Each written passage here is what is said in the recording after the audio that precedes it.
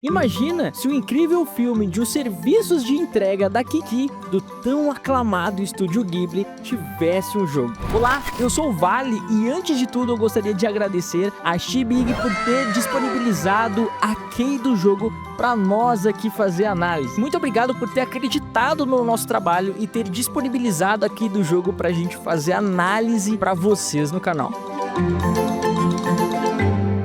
Mika and the Witch's Mountain foi desenvolvido pela Shibig e Nunca Fist e lançado em 22 de janeiro de 2025. No jogo acompanhamos a história de Mika, onde iniciamos no topo de uma montanha e temos como objetivo encontrar Olagari, uma bruxa, para completarmos nosso treinamento de bruxa. Olagari acaba empurrando Mika do penhasco e dizendo que ela deverá subir sozinha. Então caímos na ilha, nossa vassoura quebra e acabamos encontrando a Rolly, que faz uma gambiarra na nossa vassoura quebrada e diz que precisamos de dinheiro para montar uma melhor. E também nos informa que um jeito de conseguirmos grana para comprar uma vassoura é trabalhando nos serviços de entrega da cidade, que está precisando de gente. E é a partir daqui que nossa aventura começa. Então nosso objetivo é chegar até o topo da montanha com a nossa vassourinha. E lá vamos nós! Em relação à jogabilidade, ela é bem simples. Aqui a gente pega as encomendas, usa a nossa vassoura e anda sem a vassoura também, com alguns elementos de plataforma. E os comandos respondem super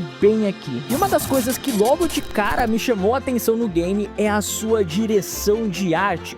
Esse jogo, ele é muito bonito e vívido, e ele lembra bastante o estilo de arte de Zelda The Wind Waker. Cara, esse jogo é muito bonito. Eu gosto de jogos assim quando tem um foco melhor na sua direção de arte, né? Você não precisa ter nada realista, e realmente funciona muito bem aqui. E o jogo, ele tem uma progressão com um level design muito boa e bem tranquila. Por exemplo, a cada vassoura que a gente vai pegando no decorrer do jogo e evoluindo, novos elementos na gameplay são disponibilizados pra gente. Novas áreas nós conseguimos acessar e fazer uso de outras ferramentas também. E tudo isso é feito de forma bem natural, então você vai ter uma progressão bem tranquila durante o jogo. O jogo, em alguns casos, ele não explica algumas coisas, porém ele é bem intuitivo. Ele acaba te dando algumas dicas aí. Como por exemplo, durante a gameplay eu vi umas esponjas na praia e automaticamente eu liguei alguns pontos. Por exemplo, enquanto eu fazia as entregas, eu vi pontos com fogo. E aí eu pensei, será que encher de água dá para apagar? Ah, será que eu posso usar isso aqui para apagar o fogo? Ah, tem um lugar que apaga o fogo lá, não tem? Após eu encher de água, o jogo avisou que daria para apagar os pontos com fogo. Batata, batata. Eu fiz isso e funcionou. Eu gosto quando isso acontece, né? Você tem inúmeras ferramentas ali no jogo e você meio que já vai na expectativa, cara, se eu testar isso daqui, será que funciona? E aí o jogo vai lá e confirma a informação. Isso é bem legal, eu acho bem intuitivo quando se trata da parte da gameplay. E durante a nossa jornada de entregas, conhecemos inúmeros personagens e com diálogos interessantes. E o bacana é que no decorrer do jogo nós acabamos encontrando alguns itens espalhados pelo mapa. E esses itens não falam diretamente de quem que é, porém conforme você vai conversando com esses personagens ao decorrer do jogo, você vai pegando algumas informações referente a eles, e quando você encontra esses itens, eles terão alguma dica. Por exemplo, em determinado momento do jogo, eu achei uma televisão e tem um personagem lá que ele é meio burguês safado. E aí eu liguei dois pontos, falei, cara, ou essa TV pode ser do empresário lá da rede de energia, né? Porque a Mika até fala, olha, não é uma TV super nova, mas também não é uma TV nada ruim. Então, dá a entender que a TV é um pouquinho cara. E aí, eu liguei esses dois pontos com o empresário da rede de energia e de outro personagem que é um artista que tem dois filhos mimados pra caramba e que comprava uns negócios absurdos durante o jogo. E Batata era do segundo personagem, do pintor. E é muito legal isso, porque conforme você vai dialogando com os personagens, você vai ligando os itens a eles. Isso é muito bom, cara. E assim, sem nenhuma dificuldade, sem você ficar batendo muito a cabeça, é um joguinho realmente pra você dar aquela relaxada. Agora eu tô a fim de relaxar. E uma das coisas que me incomodaram durante a jogatina são os diálogos. Não falo que os diálogos é ruim, longe disso, mas é porque é caixa de texto. E aí eu senti falta de vozes nos personagens. Mas aí eu preciso dar um desconto também, é um jogo indie, cara. Então pra você custear um trabalho de voz pra todos os personagens, fica muito caro o orçamento. Mas por exemplo, pra mim que tava jogando em live, é ruim porque eu nunca sei como prosseguir, se eu fico lendo em voz alta ou se eu só fico parado passando os diálogos e lendo em silêncio. Mas realmente, se você ficar falando em voz alta toda hora, fica um pouco cansativo.